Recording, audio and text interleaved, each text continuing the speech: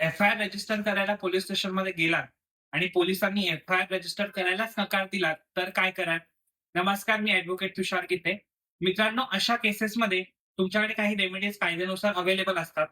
सर्वात पहिलं असतं ई-एफ-आय-आर अर्थात इलेक्ट्रॉनिक एफ-आय-आर. तुम्ही घरबसल्या तुमच्या मोबाईलवरून, लॅपटॉपवरून तुमच्या राज्य पोलीस प्रशासन जे आहे, पोलीस डिपार्टमेंट जे आहे, त्यांच्या ऑफिशियल वेबसाईटवर जाऊन तुम्ही ई-एफ-आय-आर रजिस्टर करू शकता.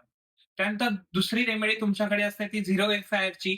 झिरो एफ-आय-आर म्हणजे ज्या पोलिस स्टेशनमध्ये तुम्हाला नकार देण्यात आला असेल, त्याच्या व्यतिरिक्त जे पोलिस स्टेशन तुमच्या जवळपास उपलब्ध असतील, त्या पोलिस स्टेशनमध्ये जाऊन तुम्ही संबंधित घडलेली घटनेची माहिती देऊन एफ-आय-आर रजिस्टर करून घेऊ शकता.